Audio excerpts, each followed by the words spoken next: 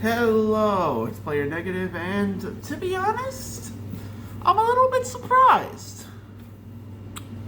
So, the Nintendo Switch released a few days ago, and I have a few opinions on it. Situation number one, overall, I did not expect the amount of brain-dead people to buy the console. Now, I'm not going to sit here and be a hater and just say that everyone who bought this console is a fool. And why? Because that would just be rude. But at the same time, you're really going to pay $500 for a console that's just a slight upgrade of a console that was made 20 or 10 years ago? Seems a little stupid in my opinion. And to be fair, I'm not wrong. The tech demo cost $10 when it should be free. The stick on the controls still drift. And to be realistic, the games cost way too much, and Mario Kart World is not really worth the money. But apart from that, there have been some interesting things that have happened. Like, number one, the pre-orders have basically failed, come back, and failed again, which has led to some of the most funniest things I have ever seen. YouTubers like The Real Life Fake Wizard and Furtada are doing what they do best in dunking on the system. And to be honest, I could agree with them. I mean, Nintendo, if you went to their original Google searches of how many units they expected to sell, they expected to make 15 million units to be sold. However, they have only sold in the first few minutes, days, or hours 3.5, which honestly is kind of embarrassing. Then again, GameCube numbers were probably lower. And to be honest, who could really blame them? It's like the saying goes, never buy a console at launch. I mean, for starters, when you bought it, there wasn't much of a selection to deal with. And number two, they just announced a bunch of new games we're getting that are probably going to be way more overpriced. Like, number one, we're getting a spin-off Splatoon game that has more of an open world situation. Which, why I do like that idea, and as someone who enjoys the Splatoon series since he picked up the second game and played the first one on a Wii U gamepad and a Walmart, I like that. However, I honestly think how it's going to be priced is going to be way too much, because the trailer right out presents it as a spin-off. And that's going to be a very important detail there. But Nintendo's pricing strategy states that how they view the game as important is how much it's going to cost. You would think with the concept of it being a spin-off, they would consider it lesser. However, they haven't said anything about the price. Which, when that happens, you know something's going down. Also, someone who bought a Switch 2 basically had their life saved by Walmart. So basically each store had their own take on when the console came into their walls. GameStop screwed it over when they stapled the front of the boxes because Nintendo made a poor decision of putting the most important fragile piece of the machine on the front of the box with one little thin piece of cardboard protecting it.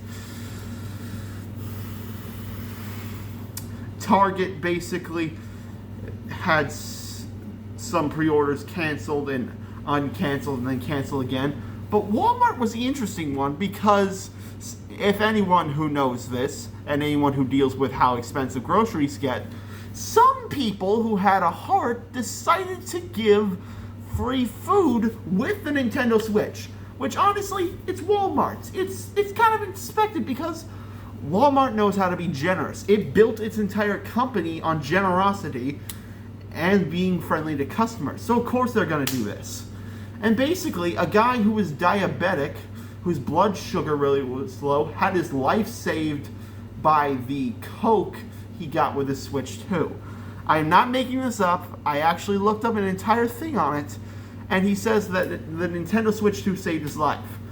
My man, Walmart saved your life. People who are generous and have a soul saved your life. The Bible says to put your trust not in men but in God. People who are good and just, that people like who trust in God and people who have a sense of common decency saved your life. And honestly, it's impressive. It's impressive. However, to say that the Switch 2 is worth your time, worth your dime, and is a phenomenal success is completely untrue, and is something I'm not even gonna pretend like is true at all. For starters, there are a lot of better options. The Steam Deck, the Retro Pocket 5, the Retro Deck, Neo Geo, the Android Deck. Heck, Xbox released a brand new Rogue Ally, which is an Xbox console that can, get this, download PlayStation games. You heard that right. You're now allowed to play an PlayStation game on a Xbox console. And the people who are a fan of PlayStation are losing their absolute minds. So, the point is, the Nintendo Switch 2, while it is seem to be doing good at the moment, there are clearly cracks forming through its barrier. It is not as good as it seems. Apart from its unfair pricing, people claim that the console could not be hacked and modded, and that it was unbreakable, unbeatable. However, someone managed to hack one of the outer layers in the first 4 hours of being released. Yeah, Nintendo ain't unbreakable. I think it's time to notice that. I mean, don't get me wrong, they did do a few cool things, but the point is, things are gonna go wrong. Things are going crazy and off the rails right now. Some people are divided saying that the console is bad because people like me, the real-life fake wizard, and many others who have a brain and didn't lobotomize ourselves with a Wii nunchuck. And then there's the other half of people who just praise Nintendo no matter what and only care about being a consumer and don't understand the risks they're putting themselves at. And on the Real Life Fake Wizards platform, which you should definitely check out for yourself, a bunch of Nintendo fans literally said they don't have the willpower not to buy it. These guys are treating Nintendo consoles like fentanyl. Take a moment and let that sink in for a moment. These people. So, things are getting kind of interesting. I mean, the Nintendo Switch 2 is not worth your time nor your dime if you want it to be. And to be honest, why it is a option, that's all it is. An option. Not really a good one, might add, but it's a option. And it seems to be working in some areas, but cracks are starting to form through the holes. It's being hacked, multiple pre-orders got canceled and then reshipped and then got canceled again. And some of the games are proven to be a little bit lackluster. It's gonna happen. One way or another, Nintendo is gonna slowly crumble to dust.